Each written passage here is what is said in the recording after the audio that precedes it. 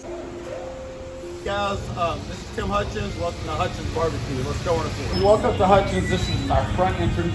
We have one line over here for the go orders. Walk up to go orders, and then in front on the right is for our inside dining only. Just come up through here. Hey guys, that's good. You all right? Good. We'll be open in just a moment. Come on in here. So this is when you enter the restaurant. You look to the right, it's our cutting block. We're doing a construction job right now. We've been in this building since '91, so there's always ways that we can. I always try to look at ways that we can become more efficient. So we've always had just 2 blocks up at the front to cut inside customers. We're adding 2 more blocks, so we'll be able to cut 4 guys will be cutting meat at the same time for 4 different stations. Come on around here. This is where they'll be looping around. The block right over here is where we're serving now. We're adding another 2 more here. This is Gage. He's been working with me all the time. One of my managers, maintenance cutters. So we're getting ready for the day. This is a station here for inside customers. A station here for inside customers. This is our menu. We're just classic barbecue. We do everything by the pound. We have sandwiches over here, potatoes, but everything's a la carte. So we sell everything by the pound, quarter pound. What I love about this setup though, a lot of barbecue joints will, they'll take their order and they do all the cutting in the back.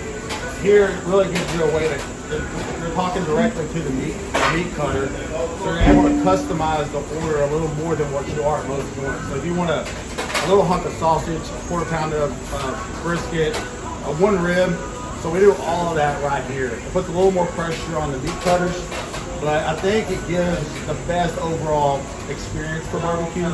That's the way I like to do it. We're one of the very few places that do that in the top 50 that I know of. But it really gives them that special engagement with the meat guys doing the meat cutting. So that's how we do that. We have 2 blocks, 2 more coming. You just grab your plate, come around here. We have all the sides listed out here. We have guys.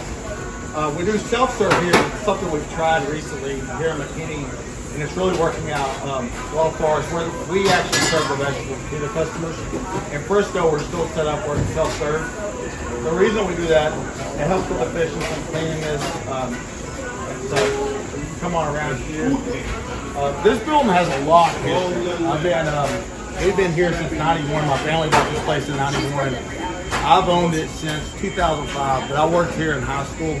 So people's always asked me, like, why don't you, want to do start another barbecue joint somewhere else instead of keep adding on to this one. I've had 2 fires in this location, but I've got a really strong sentimental attachment to this building. My dad bought it when I was 11 years old, so I've seen the place literally grow. This used to be the outside wall, go from 2,000 square feet to now we're over 9,000 square feet here. And it's really just a really neat building that has a lot of history. My dad, he opened a barbecue joint at 78, 6 miles down the road. And he moved here in '91, him and my brothers. I started working here when I was 14 years old in the dish room. So it's really just, for me, it's fun. It's just a great place. I'll show you through a little bit of it. This is our bar area. As you get the cup, you pay here, you get self-serve drinks. One thing that's also, I would say, really unique to us for the quality that we serve is we have a dessert bar. We do homemade cobbler, homemade banana pudding. We have the old-fashioned ice cream machine there. So this is all included for dining customers. So this is a huge plus, and we can never take this off. This is like something our old school customers would pitch a fit if we try to take all you take dessert off. But this is really it. So. We got the condiments here. It's an open condiment bar, self-serve. Come around here. This is my great-granddad, granddad's icebox, I believe. So I put this in here. My mom didn't have a place to put it, so I put this in here. This is my old hutch for my family. Got a few things put around. This dining room was built like 2 years after they came here. So I think 92 or 93. I was a kid when this was built. All the pictures on the walls, either from McKinney, Texas, most of the smaller pictures, that's all my family that lived in the area. My dad grew up on the mill block right here in McKinney. I'm like 3rd generation right here from McKinney. My mom is from McKinney Texas, so there's a lot. You know, this is just sentimental. This is kind of my, it's like a big man cave, really. So I'll come show y'all guys through the rest of the back here. All right, just getting ready for the day to open up. This is behind the scenes. We're going into vegetables all the line. This is the kitchen. So this kitchen is just for our vegetables, desserts, all the prep. This is Sanchez. He's been with me for 11 years, Sanchez? Yeah, so he's my kitchen manager. He locks down all the sides. Since he's been managing this, we've never had our sides more consistent, dialed in. So these are the guys behind the scenes that make it happen. How many pots of these we go through a day? Probably about 6 of those for a day like today. And then, We go through about 8 casseroles. We go through 6 pots of beans. We go through a lot. Well, you can say it's a small space, but we cranked out a lot of food. Make do with what we got. Yeah. This is the fun part back here, though. It's kind of like a maze. We've added on this building so many times. It's fun. And this is our meat prepping station. So these guys are prepping. These are all being prepped up. This is Friday, so these are all being prepped up for tomorrow.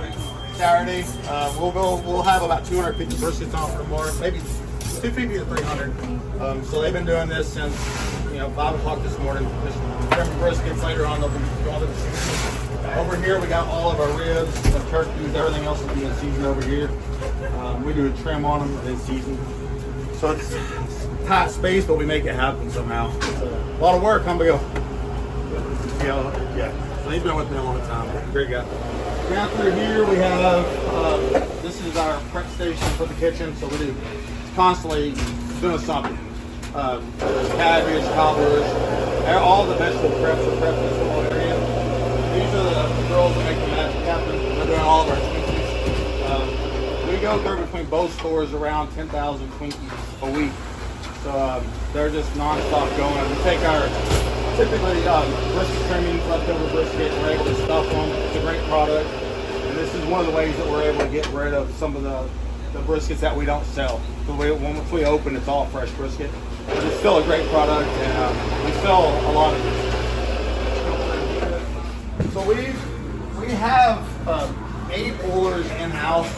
And between both stores, we run 20 of these. 19 or 20 pullers. This is what I grew up cooking on. It's a J&R Uller pit, rotisserie, all wood burning fire. When I started getting into pits, I was probably 18 years old. We had an old one that was from the late 70s, early 80s, back in our old pit room, which was on that side. So it didn't have no dampers, it didn't have anything. None of the modern technology this has sometimes, now. But I learned how to cook on it using the sticks of wood for the dampers. So this is what I grew up cooking on right here. They've been around since the late 60s, and they're great pits. We have all these cooked briskets tonight. Every one of our pits will be loaded down with briskets. At the end of the day, this is our one of our rib pits. Yeah. What's up, Rufo? Rufo, he's the main pit master. He runs all the pit guys. We have like 9 pit guys. We have 3 guys overnight, and then the rest. They work all the hours. So these are, what do you cook on what pits? This pit is cooked brisket and ribs. Brisket ribs, dedicated. And what's unique about us when I have so many pits is I only use about half of the pit. When I say that, they come double shelved. I only cook certain proteins on certain pits, and I cook them on the same shelf because the consistency. It keeps us from having to rotate them. It's kind of weird on the rotation pit, but it's a way more consistent. So you can come on around here. We have 2 of these bad boys. Back here we have a poultry pit only. We cook all of our turkey, all of our chicken on another one of the rotisseries. We have a brisket pit over there, beef ribs as well at night. This is Chris. He's another guy that's been with me. He's a really good pit master there. So we'll come up through here. This is Wayne. He's my operational manager. He's between both stores, and he kind of helps keep both of the stores really running on the same level, keep them unified. He started working with my dad when he was 14 years old in the dish room. So Wayne's been around as long as I can remember. He's part of the family. This is our drive-thru. We do about believe it or not, about 35% of our business is done in this little area here. So we've had to drive through since we came to this built location, and it's something that I've kept in place. So I'm not even bragging, but I think it's the highest quality barbecue drive-through in the state. Personally, don't know if that's true, but I try to be. And so this drive-through, we come around here. This is our meat walk-in. So we're getting we get 5 meat orders a week, and you can see how packed this is. So we're constantly getting fresh meat in, and you know, that's how fast we turn it. Between both stores, we're going through around 35,000 pounds of brisket a week. We go through, I already told you, 10,000 Twinkies. We're going through 6,000 pounds of sausage. Ribs, I think we're at 4,000 slabs of ribs a week. Those are both store operations, you know, both stores. So we're running through a ton of barbecue, and we have an amazing staff. Both restaurants have over 100 employees going wide open. And we can walk on up here and see some more pits. We have another pit room here. But our goal here is to try to put out a very high volume barbecue, but do it at a really high craft level. We've made top 50 3 times, which we're really proud of that. And because there's very few places that are open 7 days a week, you know, 10 hours a day, that are putting out the level of barbecue we're putting out. There's a few of them out there, and they're, you know, really good. I understand the work that's involved, but that's our goal here. You know, it's been my business plan since I took it over. It took a few years to really get the old school customers adjusted to paying the price. And then when I had a fire in 2012, I kind of just went all in on when I came back. It looked like I was going to lose the business forever. So I made a decision that when I came back, I was going to go, you know, 100%. There was going to be no shortcuts. There was going to be no trying to save money to you know, make a buck. So that's when I invested in the pits that you see. I started investing in lots of pits, because pits to me is a driving force. If you're trying to put out a decent volume, the more pits you have, you're just not ever rushing food. You're not ever overcrowding the pit. You're never in an issue that, you know, when we only had 2 pits, we had that problem a lot. So I just went all in, started investing everything I own back into the business, and you know, it's paying off. And continue to do that with the remodel. We're planning on, a lot of people ask, why aren't we expanding? Why aren't we putting other locations in? And in the last 2 years, these 2 locations that we've grown right at 66% exact number in 2 years, which is really kind of where we want to be. And we're investing back into these locations, back into the help, back into the people that we have already, instead of trying to run ourselves short. So we're all about these guys that's been working 10 years, 12 years here.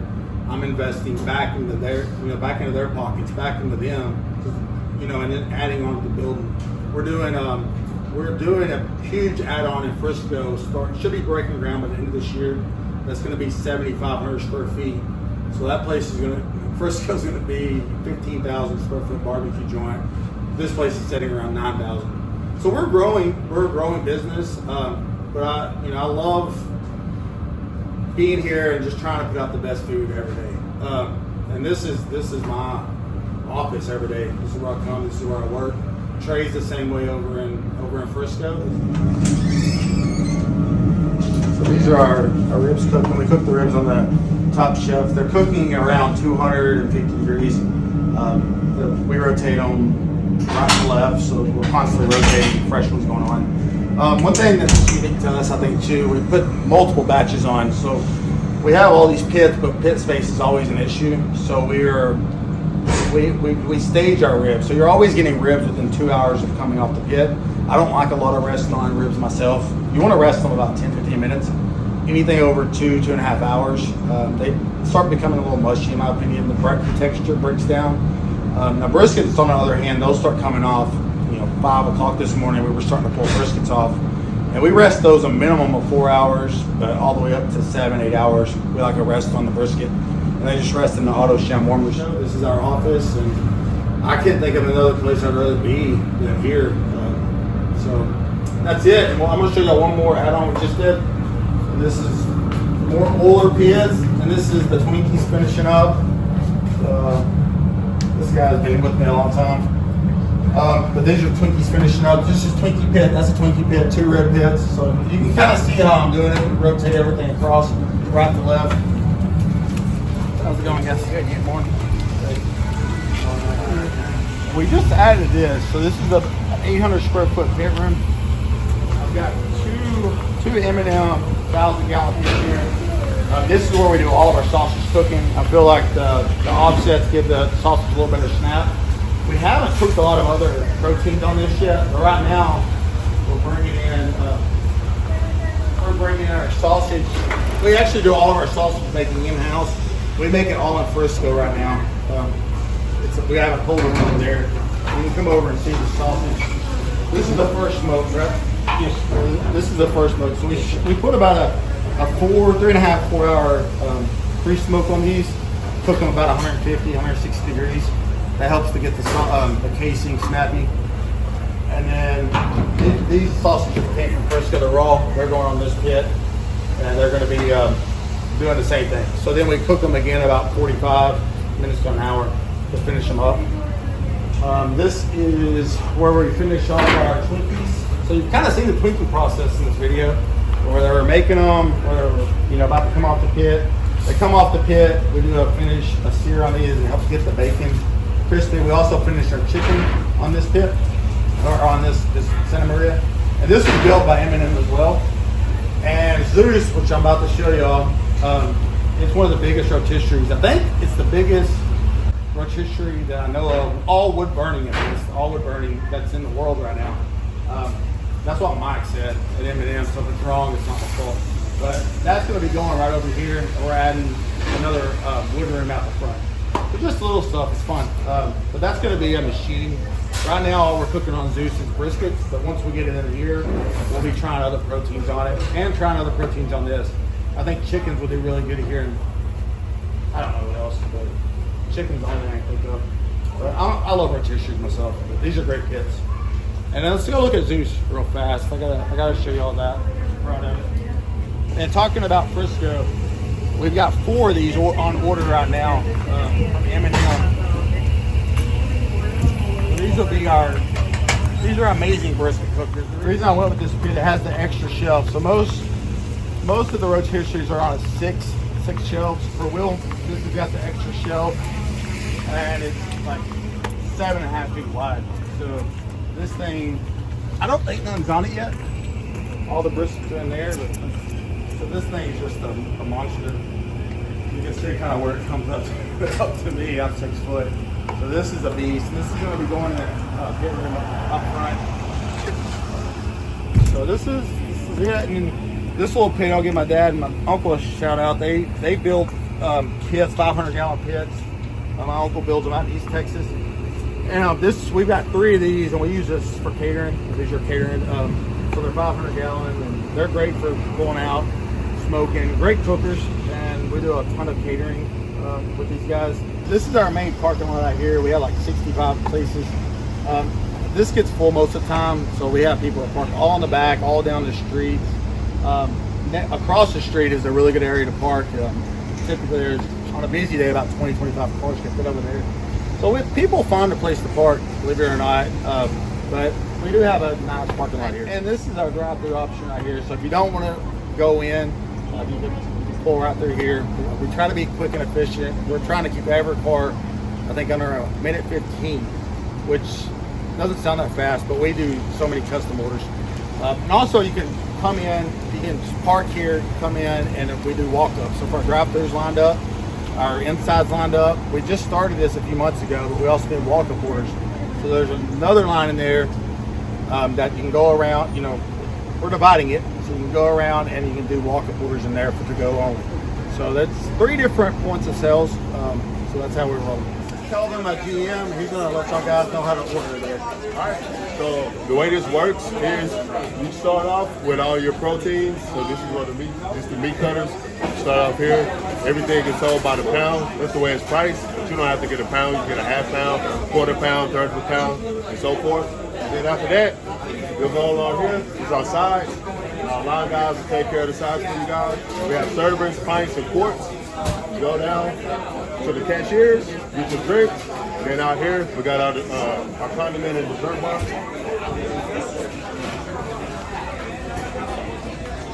So you got all your condiments out here. You got free dessert, banana pudding, ice cream, and peach cobbler. Drinks right here. And that's it.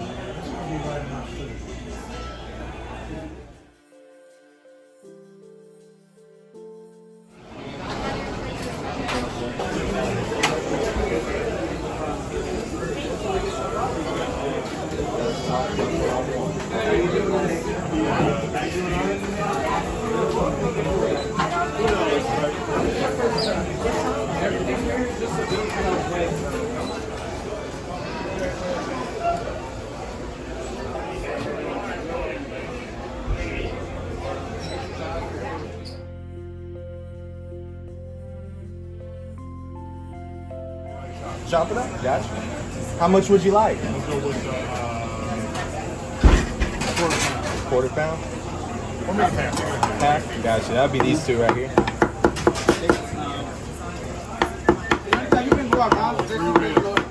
Three ribs as well?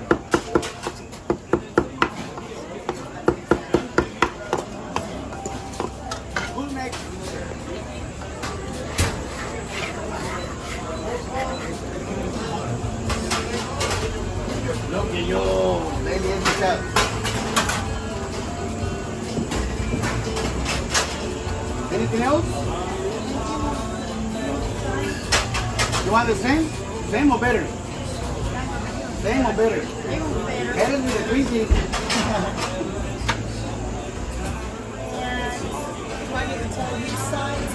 The sides, you'll let them know right down the line. They'll take good care of you. This slice right here will be under a quarter. Would you like one more? Be Oh, yeah, I'm gonna need more than that. Yes, ma'am. You want your brisket one? I can't eyeball You want your brisket one? it. That looks about what I'm looking for. Perfect. Okay.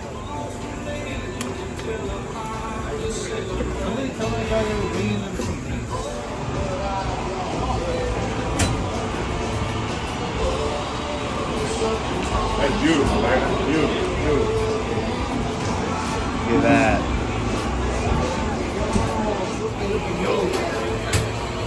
I would say 2 slices of this brisket will be about a half pound. Is that okay?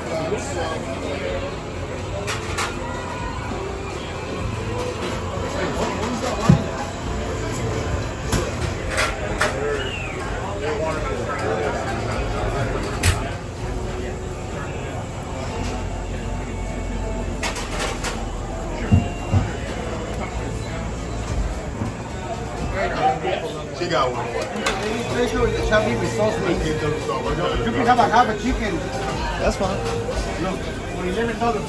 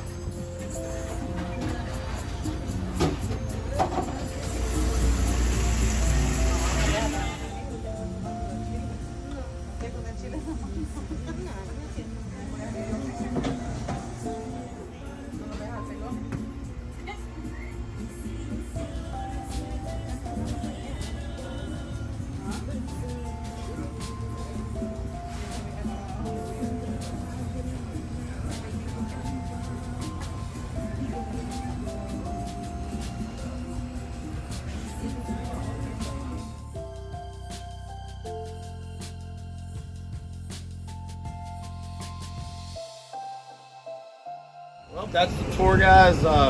Thanks for coming along with me. I hope to see y'all soon.